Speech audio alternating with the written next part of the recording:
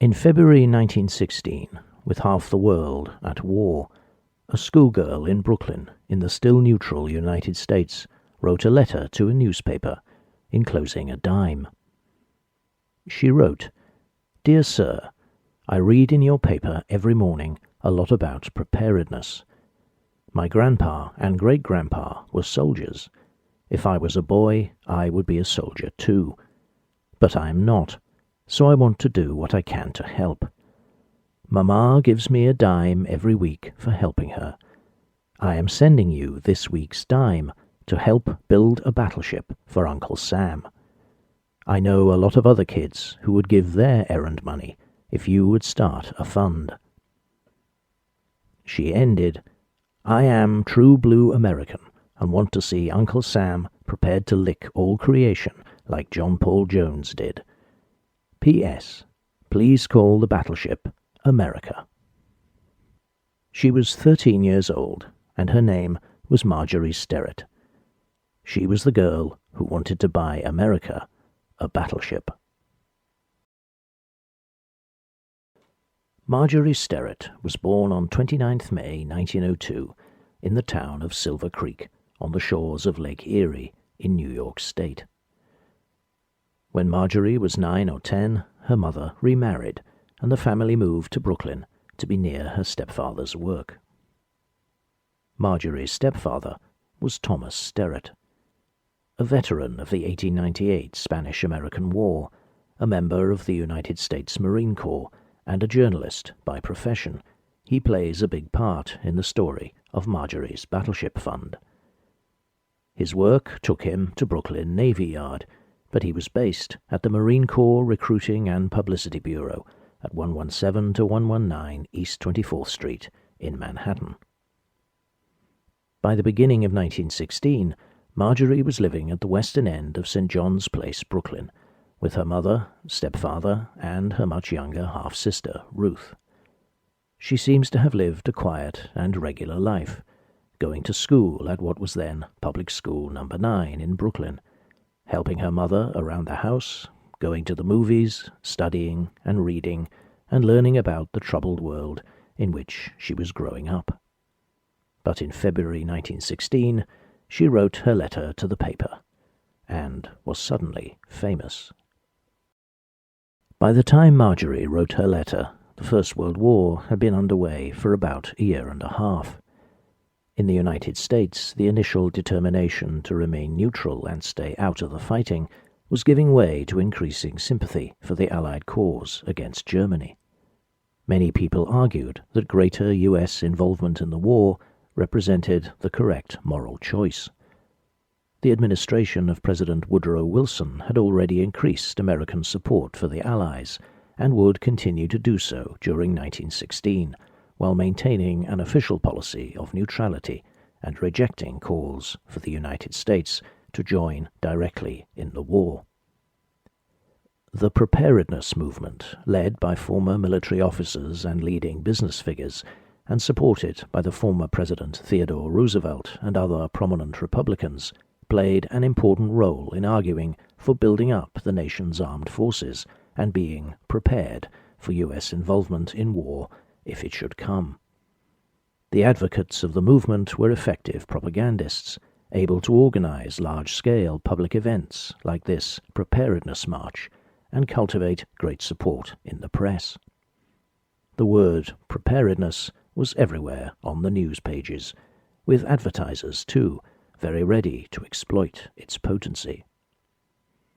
Among the leading pro-intervention and pro-preparedness papers was the New York Tribune, and it was to the editor of this paper, in which she read every morning a lot about preparedness, that Marjorie Sterrett sent her dime and her letter. Marjorie's letter was dated 2nd February 1916. The New York Tribune published it on 4th February, with a prominent front-page report, including a photograph and the full text of the letter. Inside, there was further reporting, with a photographic reproduction of the letter, giving readers a chance to read Marjorie's words in her own handwriting. The headline was, "Little Girl's Dime May Build Warship." The subheading provided a bit more insight into her apparent motivation.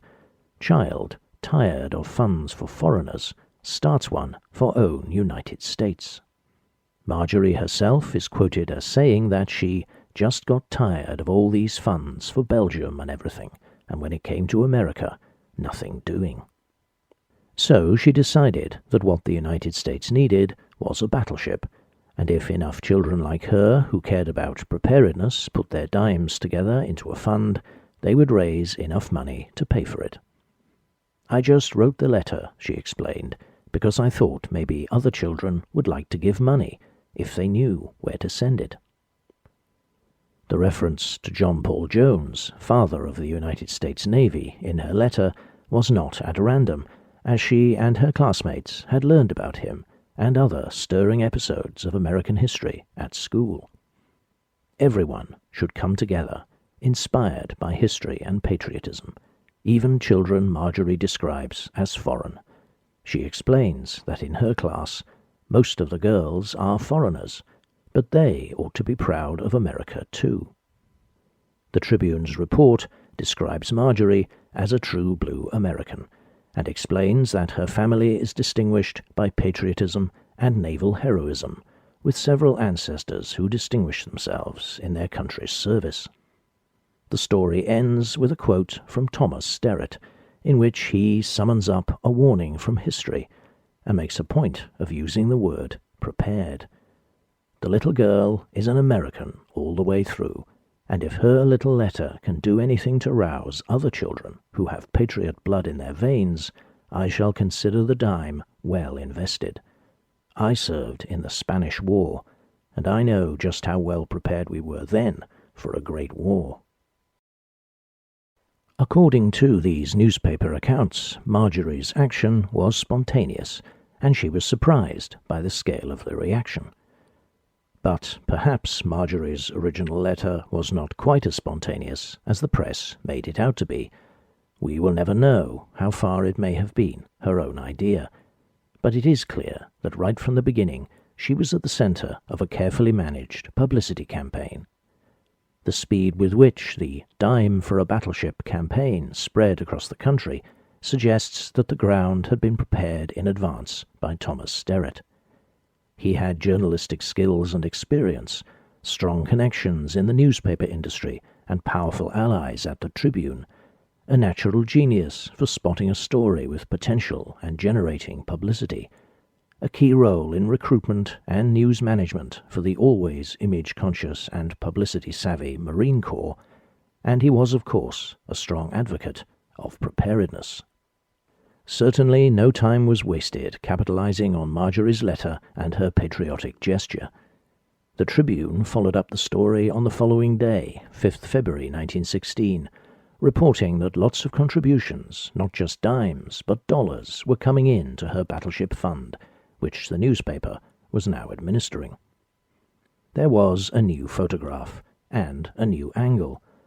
Marjorie had come up with the idea of a league of children across the country who would raise money for the fund, to be called the Little Patriots Club.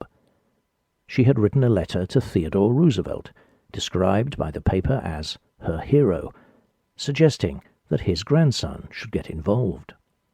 The Tribune reprinted the letter, which ended with the P.S., "Our motto is America first, and we want the United States to lick all creation."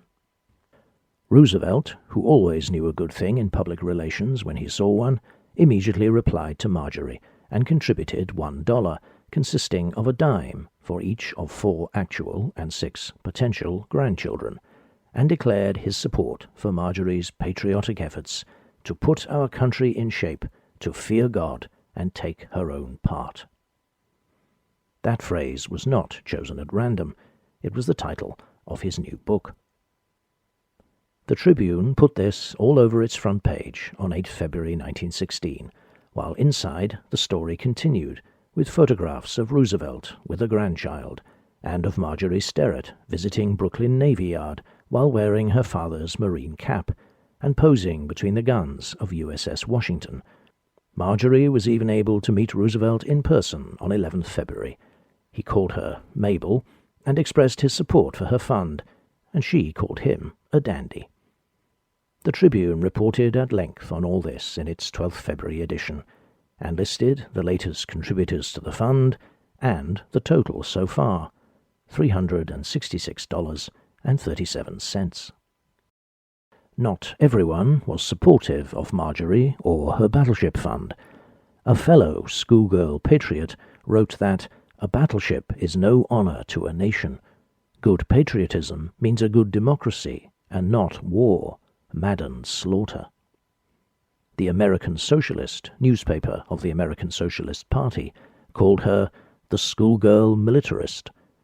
But overwhelmingly, the response remained positive towards our little Joan of Arc, as one poet called her. The Battleship Fund continued to grow, driven by Marjorie's enthusiasm and the Tribune's relentless campaigning. On 13th February 1916, there was a front-page story reporting on a booth which the paper had set up for Marjorie at Madison Square Garden.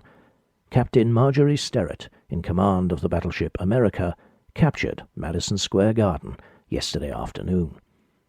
Inside there was a near full page devoted to the Battleship Fund, including photographs of some youngsters who believe in preparedness and details of some of the comments which had accompanied donations, either from children themselves or from adults making contributions on their behalf. By this time, the story of Marjorie, her dime, and her battleship fund was spreading across the United States. Schools came together to raise money for the cause, and families combined their dimes and sent them in. Theodore Roosevelt's contribution proved particularly inspiring. A schoolgirl in Chicago announced that she and her friends were getting together to buy the Navy a submarine, while one young patriot suggested that if the funds were insufficient for a battleship, they should be spent on a good, up-to-the-minute aeroplane. Events took place in support of the fund and in honor of Marjorie. Songs were written about her. Special screenings of war-related films were held, and a battleship benefit featuring many stars of the stage took place at the Hippodrome in New York on 5th March 1916, after which Marjorie's fund stood at $3,698.66. The movie world lost no time in getting involved in the battleship campaign. Special screenings of war-related films, such as the epic preparedness film Defense or Tribute, were arranged, which Marjorie attended, with money raised going to her fund. Particular films also worked their way into the story of the fund itself and its origins. In the movie magazine Motography of 29th April 1916, it was claimed that it was when Marjorie saw the film The Nation's Peril that she was inspired with the idea of raising funds for the children's battleship. But at first, Marjorie's reported motivation had been the annoyance that money was being raised for foreign causes, but not for America. Perhaps that explanation was later dropped because it was too close to the isolationist sentiments that the preparedness campaign opposed, or perhaps this was simply the motion picture industry taking advantage of a publicity opportunity and writing itself into the story. In any case, the movie world embraced Marjorie, not only inviting her to special screenings and performances, but giving her the opportunity to perform in her own short film in support of her campaign, to be shown alongside The Nation's Peril. The impetus the fundraising had gathered was all the more remarkable given that the government had already made it clear that they did not endorse the scheme and wouldn't be accepting the money. On 10th February 1916, Navy Secretary Josephus Daniels wrote to Marjorie Sterrett declining to take her dime.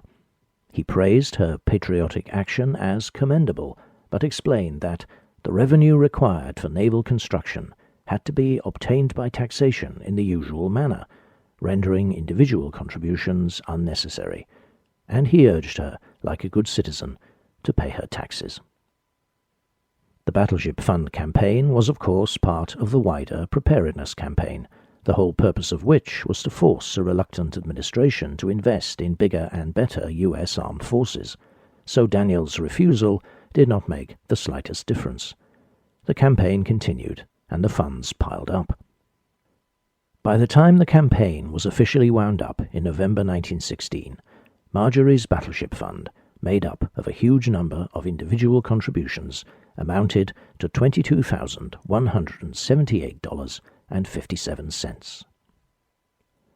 A modern battleship, however, cost around $16 million, so clearly they could not buy one of those, even if the government had been open to the idea. But nevertheless, this was a lot of money, and represented a considerable fundraising achievement. Out of respect to Marjorie and to those who had supported her in a testament to popular patriotism and preparedness, it could not be simply given back, nor quietly forgotten about, not after all that publicity. Nor could it justifiably be used for a purpose unconnected with the Navy. So, if it could not be used to buy a battleship, what could be done with it? The solution was to establish an independent trust, which would invest the money and use the interest to fund a scheme of annual prizes for marksmanship among the gun crews of U.S. Navy ships. Thus, the Marjorie Sterrett Battleship Fund Awards were born. Marjorie Sterrett herself endorsed this use of her fund in a letter published in the New York Tribune, where else, in which she called it a dandy idea, especially since only the interest is used, leaving the fund still a battleship fund. She evidently still held to the dream of a battleship funded by children's dimes. "When I am a little older," she wrote in the same letter, "I am going in for politics. The first thing I will do when I am elected will be to build the children's battleship." Sadly, it was not to be. Marjorie Sterrett died suddenly of a heart condition on 3rd March 1927, aged just 24. But the Marjorie Sterrett Battleship Fund is still in existence, and continues to support American naval preparedness and recognize American naval excellence through its awards. Every year, 2 ships, one from the Pacific Fleet and one from the Atlantic Fleet, which are judged to have scored highest in battle efficiency, are chosen to receive the Marjorie Sterrett Battleship Fund Award. Marjorie Sterrett's name, the fund she founded, and the work she began live on in the United States Navy today.